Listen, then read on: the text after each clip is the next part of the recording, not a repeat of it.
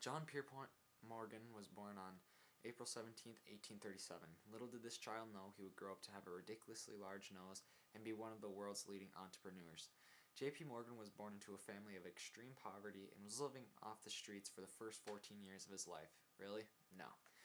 Morgan was born into a rich family of business in Hartford, Connecticut. He attended the best of the white and privileged schools and graduated from English School of Boston.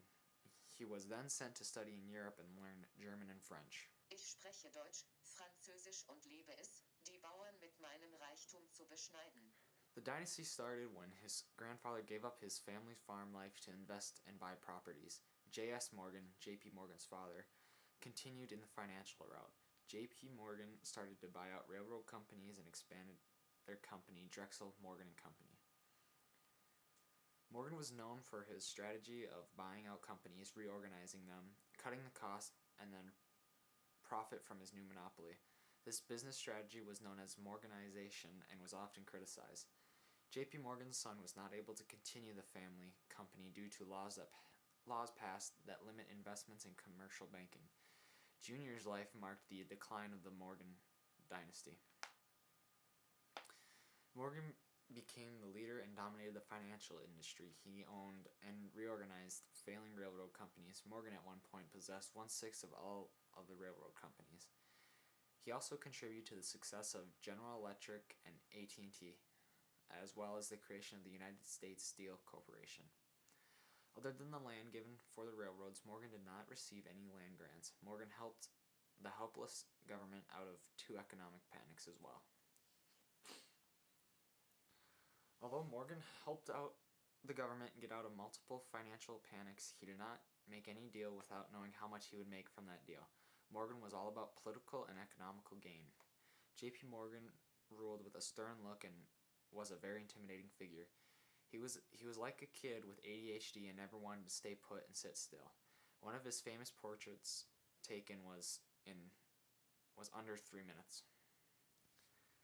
Morgan was very self-conscious because of his big purple nose due to rosacea, however you pronounce that word. Rosacea. With his decent wealth, Morgan didn't donate any of it to charity and spent most of it on an expensive art collection. What a selfish prick. I am J.P. Morgan, and I'm going to show you my art collection.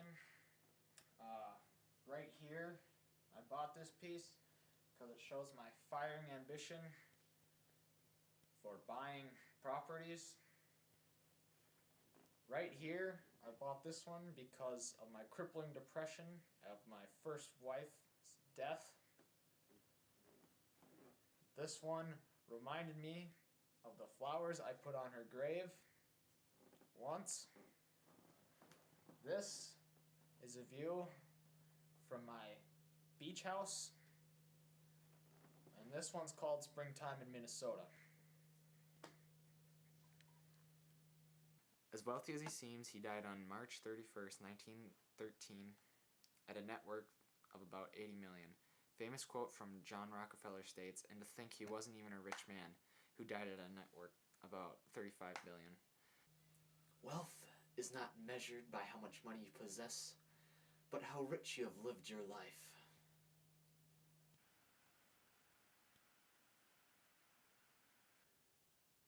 You're welcome.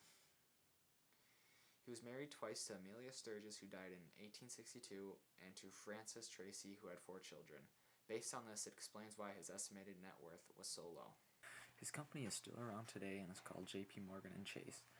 It is one of the leading banks today. J.P. Morgan was a famous investor, entrepreneur, and was the leader in manipulating the free enterprise system. He made his monopoly by making trusts with companies, changing fixed costs to a lower operating cost. J.P. Morgan was never really affected by deflation, and he had never had to close shop or have a lockout with his corporation.